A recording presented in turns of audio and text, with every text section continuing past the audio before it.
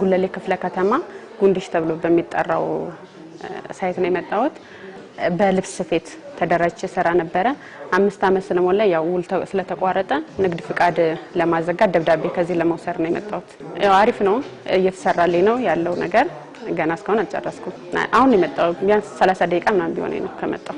አሁን ፊርማ ነው የቀር ነው ብለውኛል። ያው እየጠበቅኩኝ እና በ5 አመት ቆይታችን ውስጥ በመሃል ኮሮናም ነበረ። እዛ ላይ ያው ትንሽ ቻሌንጅ ነበር። ሆኖም ግን ያው 5 አመት ደህና ቤተሰባችንንም እያስተዳደርን ስንሰራ ነበር። አሁን ደግሞ ያው ለቀጣዩ ትውልድ ደግሞ ለቀናል። እኛ በራሳችን መስራት ስለምንችል እስካሁን ድረስ መንግስት በዚህ እንድንጠቀምና እንድንሰራ ላደረገን ነገር በጣም እናመሰግናለን።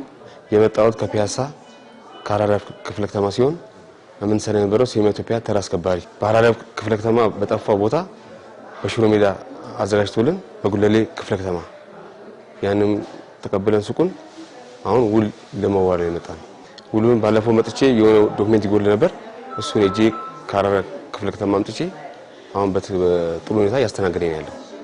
የመጣሁት ከወረዳ 7 ከሼል ነው። የሼል የመንግስት ኪራይ ልከፍል ነው የመጣሁት። ደረሰኝ ሰጥቼ በደንብ አስተናግደውኛል።